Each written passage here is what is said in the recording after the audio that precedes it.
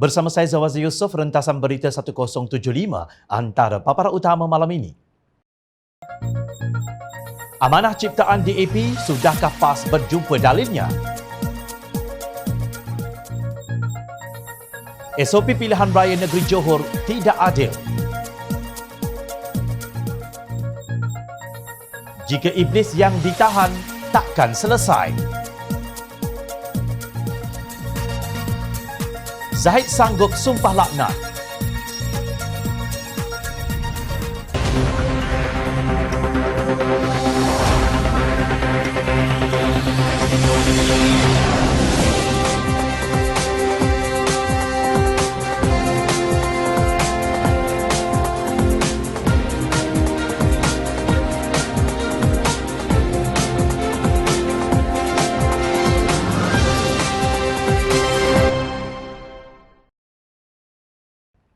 Assalamualaikum dan salam bahagia.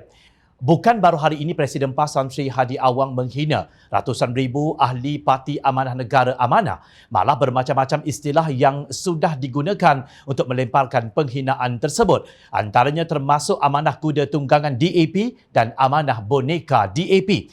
Kali ini amanah ciptaan DAP. Menurut laporan beberapa media, Hadi dipetik sebagai berkata, "Mana DAP yang buat? Saya tahu. Dia ambil orang PAS, dia buat parti PAN. Nak tarik orang PAS. Sekarang ni parti muda. Muda ni pun anak DAP juga." Dia berkata demikian dalam sebuah program ceramah pelancaran Jentera Perikatan Nasional di Kota Tinggi Johor. Ahli Jawatan Kuasa Amanah Nasional Muhammad Hanifah Maiden membidas kenyataan Hadi dengan mengingatkan beliau berhubung kedudukannya sebagai seorang agamawan. Sebelum saya ulas, mungkin elok juga saya bertanya soalan ini. Bukankah anda seorang ulama YB? Bagaimana jika tuduhan YB itu adalah dusta dan YB sendiri pun tahu ianya dusta? Soal Hanifah. Beliau seterusnya menjelaskan punca sebenar mengapa amanah ditubuhkan. Saya tahu dan arif sangat tentang sejarah penubuhan Parti Amanah kerana sejak daripada awal saya terlibat secara aktif dalam penubuhan amanah dan saya berani kata tidak ada sebarang penglibatan DAP. Dakwaan YB itu terlalu mengarut, tegas ahli parlimen Sepang itu. Menurut beliau, bukan dirinya sahaja yang boleh mengesahkan hal berkaitan dengan penubuhan Parti Amanah itu. Beliau turut menyenaraikan beberapa nama bekas pemimpin tertinggi PAS yang kini berada dalam amanah. Antaranya termasuk ahli parlimen Muhammad Sabu, Datuk Seri Salahuddin Ayub, Datuk Mahfuz Omar, Datuk Dr. Hatta, Khalid Samad, Datuk Seri Dr. Zulkifli Ahmad, Datuk Seri Dr. Mujahid Yusof, Dr. Siti Mariah Mahmud, Anwar Tahir dan ramai lagi yang kini menganggotai Dewan Undangan Negeri. Dakwaan amanah ciptaan DAP terlalu mengarut, ujar Hanifah. Walaupun Hadi mungkin tidak suka dengan perkhabaran tersebut, tetapi jika beliau jujur untuk bermuhasabah, beliau mungkin harus terima hakikat ini, katanya. Suka tidak suka, mungkin YB kena akui antara punca utama penubuhan amanah adalah datang daripada YB atau hasil kelemahan kepimpinan YB sendiri, Hanifah menegaskan.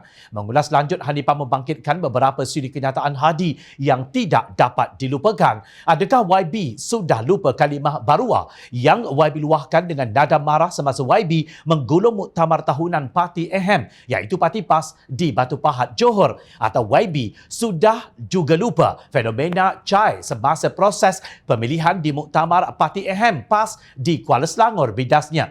Hanifah juga mengingatkan Hadi mengenai tindakan beliau sendiri yang tidak hormat keputusan mesyuarat Parti AHM Pusat mengenai keputusan parti berhubung calon Menteri Besar Selangor. Beliau dipercayai merujuk kepada isu pemilihan Datuk Seri Dr. Wan Azizah yang dipersetujui sebagai Menteri Besar Selangor bagi mengganti Tan Sri Khalid Ibrahim. Bekas timbalan Menteri Undang-Undang itu turut mengungkit sikap membisu Hadi apabila beliau dan rakan-rakannya dicemuh dengan pelbagai gelaran. Dan adakah YB juga sudah lupa sikap berdiam diri yang YB tunjukkan apabila kami semua dilabel secara rakus dengan label seperti munafik haraki, jebon, baruah, Muslim liberal, takwala, Anwarinas, Erdogan, anjing DAP, tolak ulama, peguam neraka dan lain-lain.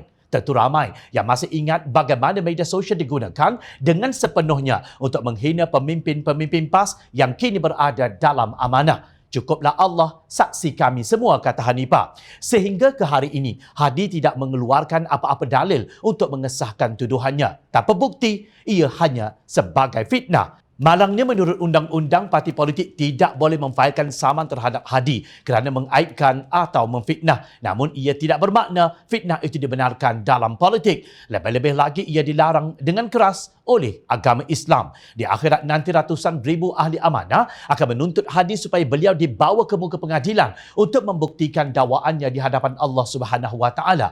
Di sana nanti tiada panggilan YB, Tan Sri dan sebagainya. Jangan khayal dengan kuasa sehingga sanggup mendapatkannya dan meraihnya dengan cara apa sekalipun kotor dan terlarang. Ingatlah kepada peringatan Rasulullah sallallahu alaihi wasallam melalui sabdanya yang bermaksud sesungguhnya kalian semua berlumba-lumba untuk mendapatkan kekuasaan padahal pada hari akhirat nanti akan menjadi penyesalan kamu sekalian. Berbahagialah orang yang tidak mengejarnya dan celakalah orang yang berlumba-lumba untuk mendapatkannya. Hadis riwayat Jamaah.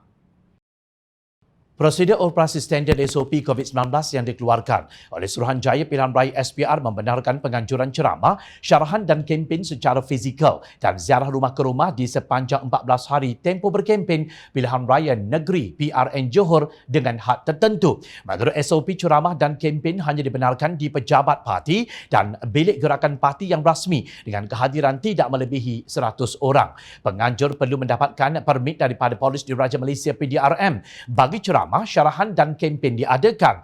Tempoh setiap sesi ceramah, syarahan, kempen hanya selama 2 jam dan tidak melebihi jam 10 malam, manakala ceramah, kempen dan syarahan di premis yang terbuka atau tempat umum adalah tidak dibenarkan menurut SOP tersebut. Sebarang bentuk hiburan semasa berkempen tidak dibenarkan. Bagi kempen ziarah rumah ke rumah pula, tidak lebih daripada 5 orang dibenarkan untuk menyertainya. Namun mereka tidak dibenarkan masuk ke dalam rumah atau berjumpa dengan ahli rumah dan aktiviti mengedarkan risalah perlu dibuat di luar pagar. Bagaimanapun, Ketua Pemuda Perikatan Nasional Ahmad Fazil Syari dilihat tidak puas hati terhadap SOP yang diumumkan Majlis Keselamatan Negara MKN itu. Agak longgar berbanding SOP Melaka tetapi belum lagi longgar sebagaimana yang kita mahukan. Sebagai contoh, ceramah dibenarkan di bilik-bilik operasi yang sangat sempit. Begitu juga beberapa kaedah lain yang masih memerlukan kelonggaran. Kalau SOP ini dikekalkan, ia hanya akan memberikan kelebihan kepada Barisan Nasional yang mempunyai pengundi teras di Johor. Katanya seperti dipetik Harakat Daily. Sementara itu, Bersatu meminta supaya SPR mengkaji semula SOP berkenaan kerana ia disifatkan berat sebelah, tidak praktikal dan menyusahkan rakyat. Ketua Penerangan Bersatu Datuk Wan Saiful Wan Jan berkata SOP itu perlu fleksibel dan sekiranya boleh ia dilonggarkan sedikit bagi memberi lebih ruang kepada parti politik untuk berkempen. SOP yang baru dikeluarkan untuk Pilihan Raya Negeri Johor beri banyak kekurangan kepada kita. Contohnya, hanya 100 orang dibenarkan dalam satu majlis dan program perlu habis sebelum jam 10 malam. Ini adalah pentas pilihan raya negeri yang tidak adil dan memang menyusahkan. Sepatutnya program boleh dibuat dengan jumlah yang ramai tetapi mengikut SOP dengan melakukan penjarakan dan mematuhi semua peraturan ditetapkan, katanya, seperti dipetik Sinar Harian. Menurut Wan Saiful, tempoh masa yang diberikan untuk ceramah tidak cukup bagi parti-parti politik menyampaikan ceramah dan mesej mereka kepada lebih ramai rakyat dan peraturan ditetapkan itu didakwa jelas berat sebelah. Semasa pelancaran Jentera Perikatan Nasional di Felda Tenggara 3 Mersing pada Rabu lalu, lebih 2,000 yang datang, manakala pelancaran Jentera Pakatan Harapan di Kota Tinggi pada Jumaat lebih 5,000 yang datang. SOP ini seakan mahu menghalang gelombang kebangkitan rakyat. Kita perlukan masa, ruang dan peluang untuk sampaikan maklumat kepada rakyat supaya pentas pilihan raya negeri menjadi adil. Jadi dengan SOP ini banyak perkara yang perlu ditimbangkan semula, tegasnya. Berdasarkan kenyataan pemimpin Perikatan Nasional itu, SOP didakwa menguntungkan UMNO dan Barisan Nasional dan dikatakan memberi gambaran perkembangan tidak sihat untuk proses demokrasi yang telus. Dalam hubungan ini, Kementerian Kesihatan Malaysia KKM telah menyatakan persetujuan terhadap SOP berkenaan. Secara umumnya, SOP bagi pilihan raya negeri Johor dilihat memperuntukkan lebih banyak kelonggaran berbanding pilihan raya negeri Melaka dan juga Sarawak. Bagaimanapun, had kehadiran tidak melebihi 100 100 orang dan dibenarkan di pejabat parti dan bilik gerakan parti yang rasmi agar tidak praktikal. Ada parti yang hanya memiliki ruang pejabat yang sempit dan tidak mungkin boleh memuatkan 100 orang di dalamnya. Selain itu, masa yang terhad pula dilihat tidak munasabah. Adakah SPR percaya masa yang lebih lama akan menyebabkan penularan COVID-19? Sedangkan umum mengetahui pasar dan pusat membeli belah boleh beroperasi berjam-jam tanpa sebarang sekatan. Apapun yang penting, penguatkuasaan SOP mesti adil kepada semua pihak yang terlibat dalam pilihan raya negeri kali ini. Jika sebaliknya, yakni berlaku amalan antara dua darjat, maka SOP yang baik juga akan menjadi buruk. Sejak COVID-19 dilihat semakin reda, aktiviti pemerdagangan manusia kembali rancak. Kali ini yang melibatkan warga Myanmar. Seorang lelaki yang dikehendaki kerana didakwa terbabit dalam penyeludupan pendatang tanpa izin atau parti dari Myanmar ke Malaysia ditahan di sebuah rumah di daerah Sadao di wilayah selatan Thailand pada Sabtu lalu. Pasukan gabungan tentera dan polis menyerbu sebuah rumah di Padang Besar untuk menahan yang dikenali sebagai Syed Ratdewa, 33 tahun, lapor Bangkok Post 19 Februari. Syed yang berasal dari Tambun, Padang Besar dikehendaki atas waran yang dikeluarkan oleh Mahkamah Wilayah Natawi kerana bersubahat dalam penyeludupan parti. Serbuan itu diketuai oleh Kolonel Tanipon Hong Wilai. Komander pasukan petugas sentra itu turut merampas sepucuk pistol, 22 dan 33 butir peluru serta sebuah trak pikap. Penahanan itu susulan siasatan lanjut polis selepas 31 parti dari Myanmar ditangkap di ladang getah berhampiran sempadan selatan di daerah Sadao pada malam 20 Januari lalu. Semasa kejadian, 25 lelaki dan 6 wanita itu bersembunyi di dalam parit kira-kira 1 kilometer dari sempadan Malaysia. Siasatan polis Thailand mendapati mereka telah mengembara dari perbandaran Myawaddy di Myanmar untuk bekerja di Malaysia. Mereka telah memasuki Thailand melalui jalan tikus ke daerah Mysot di wilayah Tak dan kemudian dibawa dengan trak pikap ke Hat Yai di Songkhla. Dari Hat Yai, kenderaan lain membawa mereka hampir ke sempadan di Sadao di mana mereka diberitahu untuk menunggu bantuan melintasi sempadan. Syed telah bertindak sebagai broker pekerjaan untuk menghantar pendatang tanpa izin Myanmar bekerja di Malaysia. Terdapat warga Thailand, Myanmar dan Malaysia terlibat dalam operasi penyeludupan itu menurut polis. Tahniah polis dan tentera Thailand kerana berjaya menangkap suspek yang bertindak sebagai orang tengah yang bersubahat dalam kes penyeludupan pendatang tanpa izin ini. Sementara itu, di Malaysia pula, polis berjaya mematahkan cubaan menyeludup 24 parti menggunakan 2 kenderaan mewah Hyundai Starex dan Toyota Velfire di Kampung Batu Empat, Tanah Merah, Kelantan pada pagi Ahad. Menurut Ketua Polis Daerah Tanah Merah Zainuddin Muhammad Yusof, kesemua mereka tiada dokumen perjalanan sah dan memasuki negara ini menerusi laluan haram untuk bekerja. Semua 11 lelaki dan 12 wanita serta seorang kanak-kanak lelaki itu diambil di kawasan Kampung Wakaf Simen Nibong, Tanah Merah dan akan dihantar ke Kepong Kuala Lumpur, katanya lapor Berita Harian. Dia berkata 2 pemandu warga tempatan kenderaan mewah itu mengaku menerima sebanyak RM1,500 untuk membawa parti tersebut dari Kelantan ke Kepong. 4 telefon bimbit dan 2 kenderaan mewah yang disewa itu sudah disita untuk siasatan lanjut, katanya. Zainuddin berkata 2 pemandu tersebut disiasat mengikut Seksyen 26J Akta Anti Pemerdagangan Orang dan Anti Penyeludupan Migran 2007, manakala semua parti itu disiasat di bawah Seksyen 6/1/C Akta Immigration 1959-63. Jumaat lalu, cubaan seorang lelaki tempatan menyelundup 19 parti warga Myanmar gagal apabila ditahan polis di kilometer 45 Lebuh Raya Utara Selatan. Ketua Polis Daerah Kota Star, Assistant Commissioner Ahmad Syukri Mat Akhir berkata, parti tersebut bersembunyi di dalam semak sebelum menaiki van jenis Toyota Hiace itu. Hairan sungguh, di Malaysia kita kerap terbaca berita pemandu kenderaan dan parti ditahan. Pastinya mereka hanyalah gerombolan bilis yang mengikut arahan sahaja. Malangnya jarang sekali kita membaca berita mengenai tangkapan orang tengah, jauh sekali berita penahanan dalang di belakang aktiviti pemerdagangan orang. Cukong-cukong pengkhianat negara ini masih berleluasa dan tentunya mempunyai jaringan kuasa dan pengaruh yang lebih luas. Siapakah mereka? Perang saraf antara Presiden Bersatu Tan Sri Mahyadin Mat Yassin dan Presiden UMNO Datuk Seri Ahmad Zahid Hamidi kini semakin berselirak. Susulan kenyataan Mahyadin bahawa beliau didatangi Ahmad Zahid bersama timbunan fail berhubung kes mahkamahnya, kini sosok yang didakwa bangkit menafikan.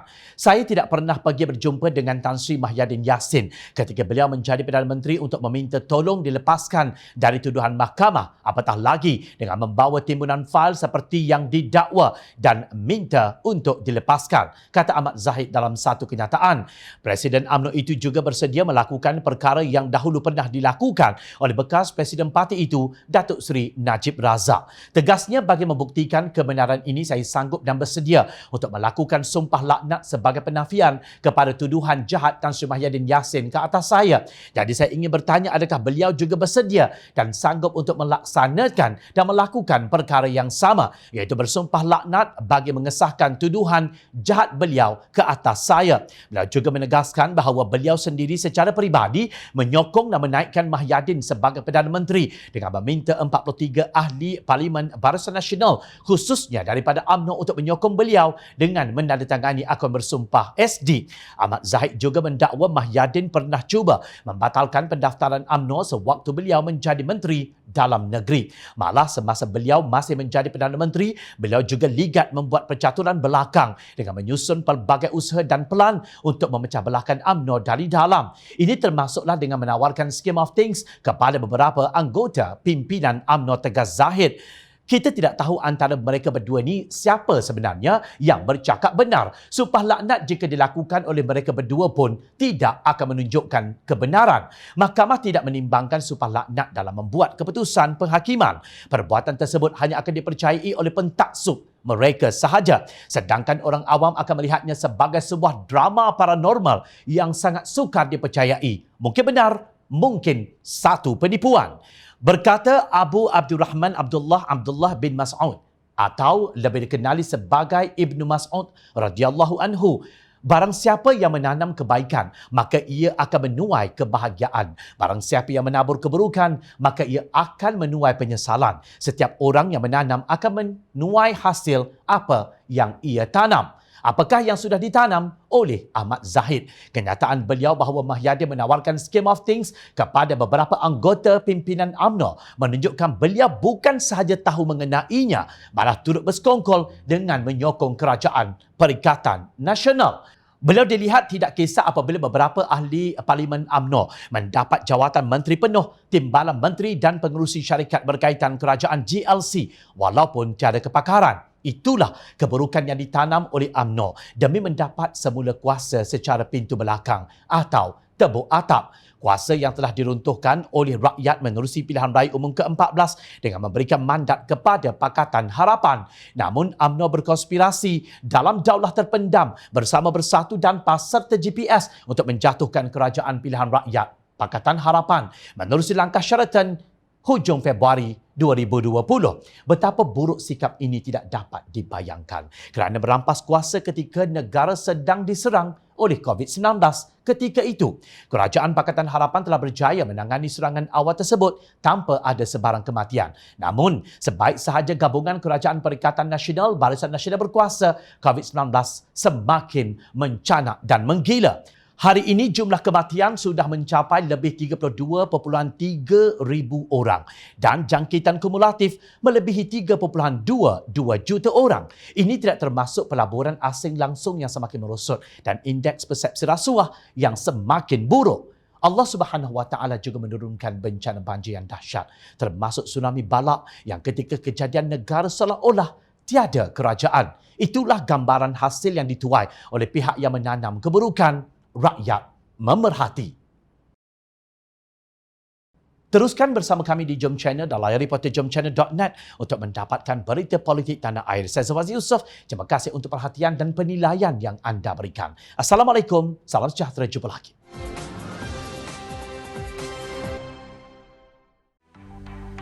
Mencari maklumat dan berita politik yang bebas. Kupasan yang tepat. Panas. Dapatkannya secara eksklusif hanya di Jom Channel.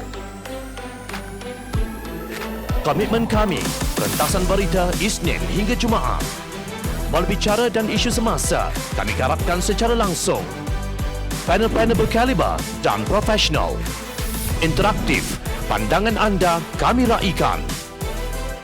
Jangan lupa bersama kami di setiap hujung minggu dalam edisi khas mingguan. Jom channel, moving forward, sharing a new experience.